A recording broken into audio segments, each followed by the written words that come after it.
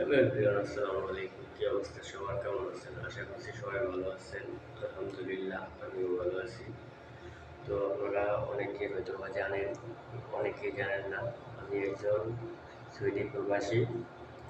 তো আপনারা জানেন যে কালকে বাংলাদেশে কুরবানির ঈদ গেছে,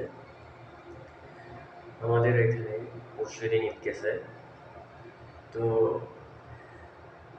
দেশে বাবা কোরবানি দিছে, কোরবানির ঈদ পালন করছে। আমি থাকতে পারি নাই দেশে, পরিবারের সাথে ঈদ কাটাতে পারিনি। প্রবাসে খুব একা একা ঈদটা কাটাইলাম। নামাজ পড়ে বাসায় আসলাম। বাসায় আইসা মন খুবই খারাপ ছিল, বাসায় কথা বলতে পারি নাই। মনটা অনেক খারাপ ছিল, এই জন্য কথা বলার ইচ্ছা ছিল না। অনেকের সাথে কথা বলি নাই। জানি না এভাবে আর কতদিন সৌদি আরব থাকা লাগে।